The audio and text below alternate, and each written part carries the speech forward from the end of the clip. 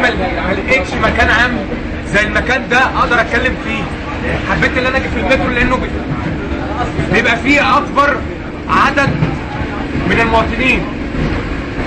على فكره يا جماعه انا ما اعرفكوش، صور الدنيا كلها صوروا، ما انا ما اعرفهمش، عشان بتكلم بقلب جامد، بتكلم وانا واثق في نفسي، بتكلم عايز اعيط، عايز ادمع، بس عايز اكمل لكم الحكايه. القصه دي قلتها في الجرانين، محدش رد عليا، حطيت رقم تليفوني، محدش اتصل بيا. فيسبوك، تويتر، هاي فايف، ياهو، هوت ميل، كل دي اشياء مرئيه. كام فروق في كام؟ لكن طب بيفتكر معلش سوري، بيفتكر ان انا كلامي ضحك، هزار، فرفشه، هيتكلم موضوع وهيروح. لا انتوا لو سمعتوا منه الحكايه، لو سمعتوا مني الحكايه تتاثروا بيها يا جماعه. بنت امها متوفيه، ملهاش اخ، ملهاش اخت، ملهاش قطه تمسكها تعمل لها، ملهاش كلب تعمل له، ملهاش ده كله تحكي له، ما عندهاش اي حاجه. معلش انا مش عايز تضحكوا عليا، انا متاثر بالحكايه. الحكايه دي صديقي دون عارفها، ايوه صديقي ده عارفها، وهو اللي خدها، وهو اللي حكاها على الفيسبوك، تويتر، هاي فايف، ياهو، هوت ميل.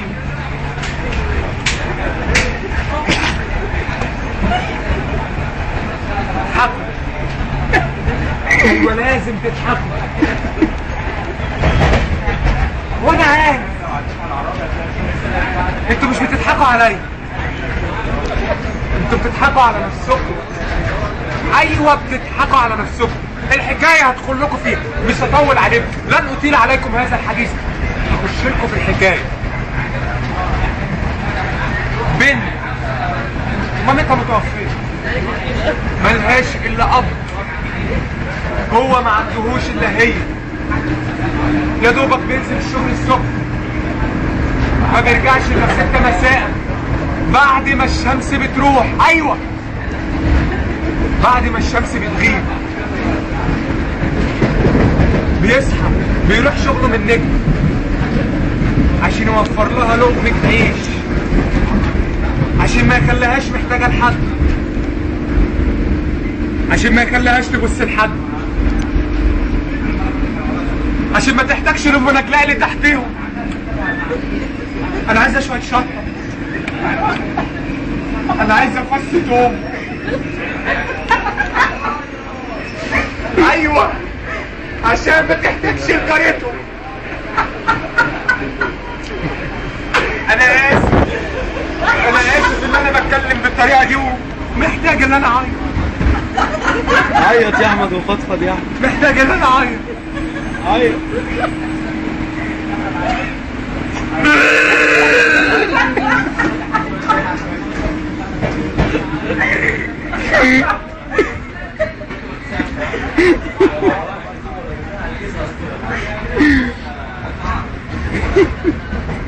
معلش يا جماعه، انا اسف ان انا قطعت كلام، لكن فعلا مش قادر احكي.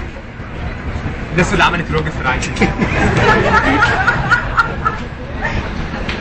نكمل حديثنا زي ما احنا مستمرين يا جماعه. ما حدش يخش، ما حدش يطلع، انا ما عملتش بريك. زي يا ريت تسمعوني، عشان يوفر لها لقمه عيش، عشان ما يخليهاش محتاجه لحد. البنت دي معاها دبلوم، عشان ما اكذبش عليكم مش عارف دبلوم صنايع ولا دبلوم تجاره ولا دبلوم زراعه ولا دبلوم سياحه مش موضوع مش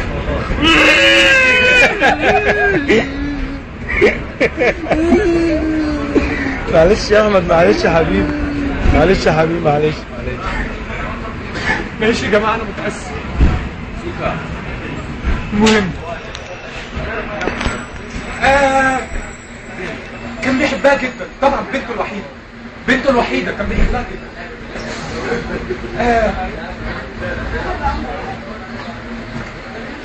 كان بيخاف عليها زياده عن اللزوم، كان جاب لها عده بيكلمها على طول، بيطمن عليها فين جايه منين، عشان ما اكدبش عليك مش عارف، عشان ما اكدبش عليك مش عارف، عشان ما اكدبش عليك مش عارف. المهم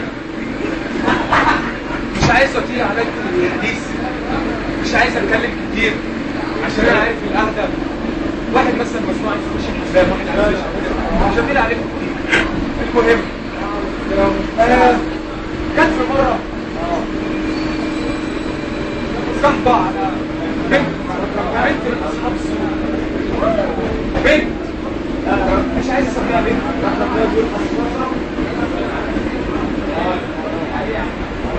مش عايز اسميها بنت، عايز اسميها متوحشه، ما عندهاش رحمه. كل اللي انا اقوله ان ربنا يهديك. المهم البنت دي كانت ماشيه بطال، كان ماشيه بطال، تروح اعياد ميلاد، تروح مناطق مش كويسه،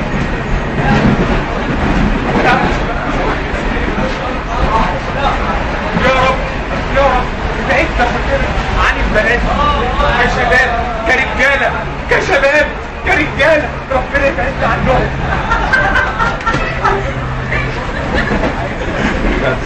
معلش يا جماعه يا حكايه مني كمان 5 دقايق، واللي عايز يطلع بريك يطلع. اوكي جت في مره نادت عليها، قالت لها جت نادت عليها قالت لها يا شاهين ده يا شاهين ده، هي كان اسمها شاهين، هي اسمها شاهين ولكن قلبها قلبه حس 3 دقايق بس الفاضلين. كان خايف عليها، كان بيحس بيها. جت له مره قالت له بابا قال لها نعم يا شاهين. قالت له يا بابا انا عايز انزل.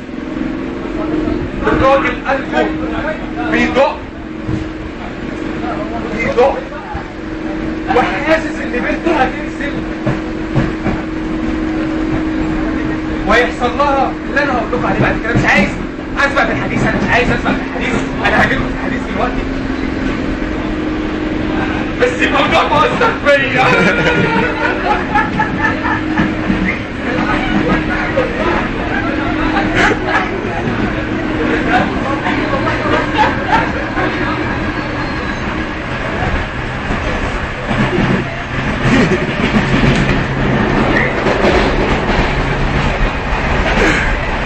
المهم نادت عليها قال لها ما تنزليش، قالت له انا لازم انزل اروح عيد ميلاد واحده صاحبتي.